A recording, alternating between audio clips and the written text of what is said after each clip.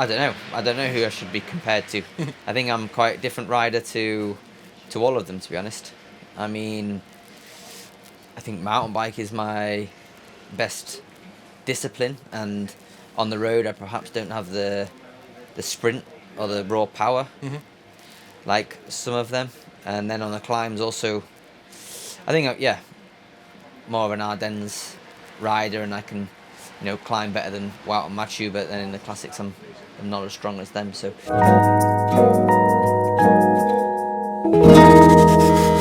lot of times when we speak to cyclists, it's about success, about positive things. I would like to know, Tom, what was the deepest point you had until now in your career? To be honest, I'm being quite lucky in that I haven't had a super deep point, but I guess maybe when I broke my collarbone before Olympics in 21. That was tough. Yeah. How did you cope with that? Can you explain what it did to you mentally? I think, to be honest, I didn't let it affect me so much. Like, it was like I ended up on the floor after being hit by a car, and there's no point getting angry. It was done. So I didn't waste energy getting frustrated, and I just concentrated on what I could to get better. But it sounds quite easy that, okay, broke my collarbone, that's it, and let's go. But it could be hard mentally. Yeah, for sure. If it was a different situation, if I was, in the last year of a contract and I didn't have any results, and you break your collarbone, it could be much worse. Like I said, I have not had something so bad, so I'm lucky that that's the worst I had. Yeah. And I still won after. So. Could that then be a hard point that for this season you're now in the pro team? A little bit doubts perhaps for wildcards. Is that something hard to cope with? No, not really. I think I know I know perfectly well what I've signed up for in that, and it's not just about me. It's about the team. If we don't get invited, then it's not just for me. Like, people have said that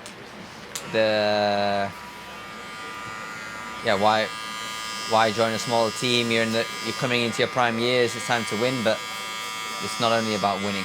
It's also about enjoying, about the story, what you can achieve, the satisfaction you get from it. So all these things are important to me, not just about the winning. So because I also read in an interview you did a couple of months ago that you want to build a legacy.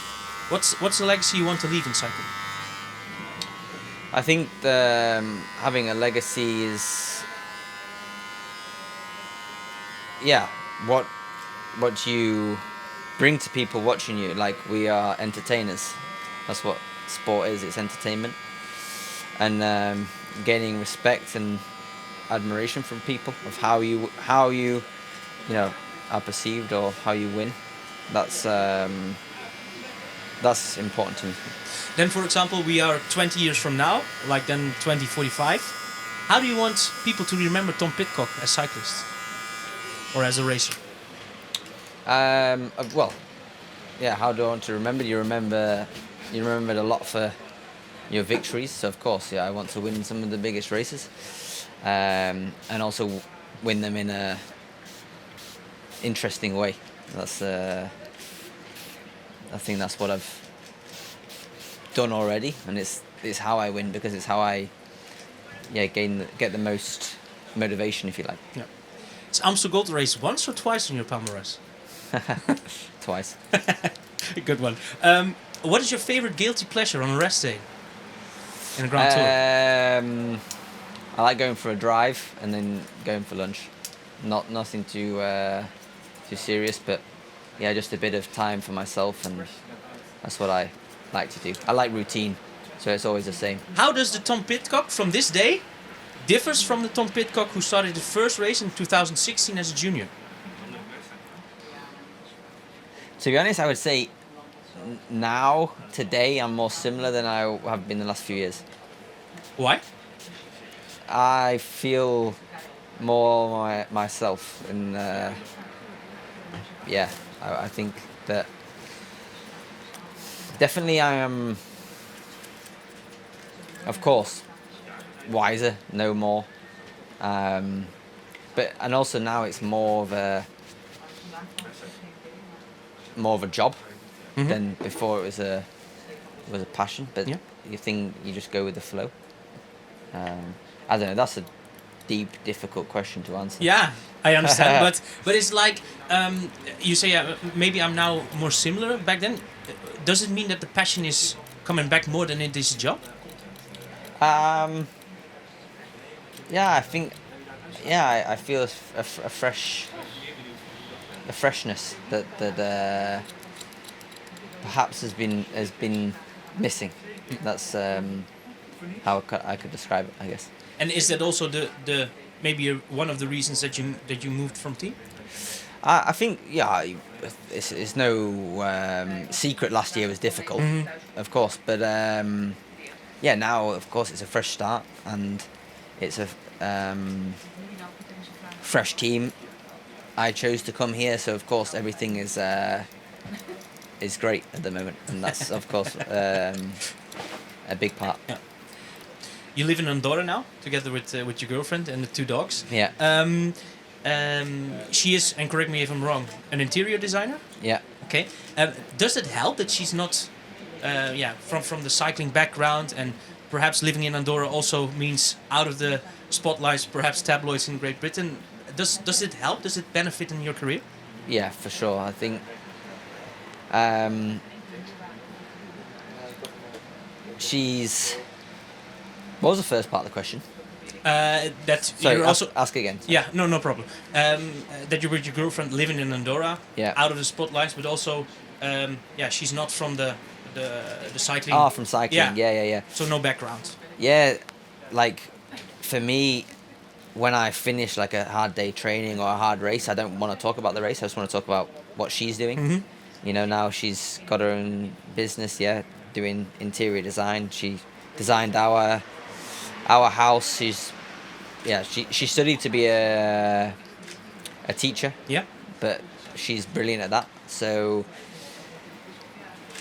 it's nice to be able for her to tell me about her day and what she's done, and I don't have to say about my day. I like to be distracted and kind of get away from it when I can.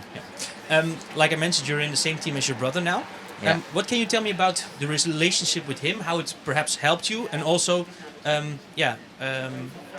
I can understand that a young brother wants to surpass his big brother, but it's difficult when Tom Pidcock is your brother. Yeah. Is it something you think about when you're in contact with Joe?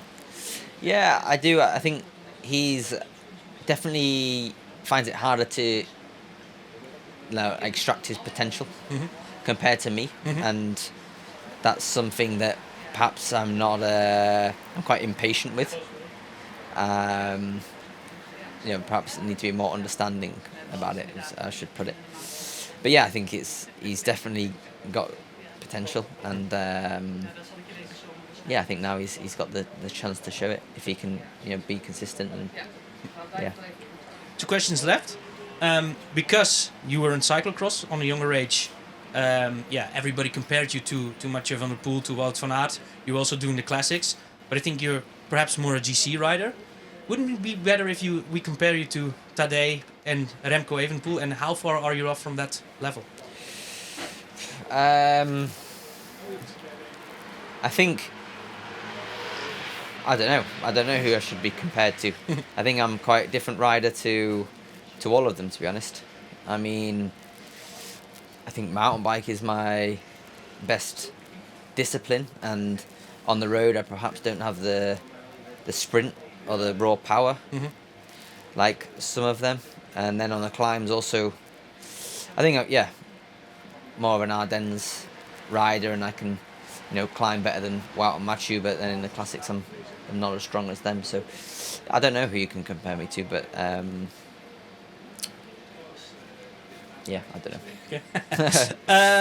You won 2 Olympic gold medals on mountain biking, world champion cyclocross. If this season on the road, because you're now focusing solely on the road, would be your biggest road season ever, could it be give you the reason to perhaps say goodbye to those 2 disciplines?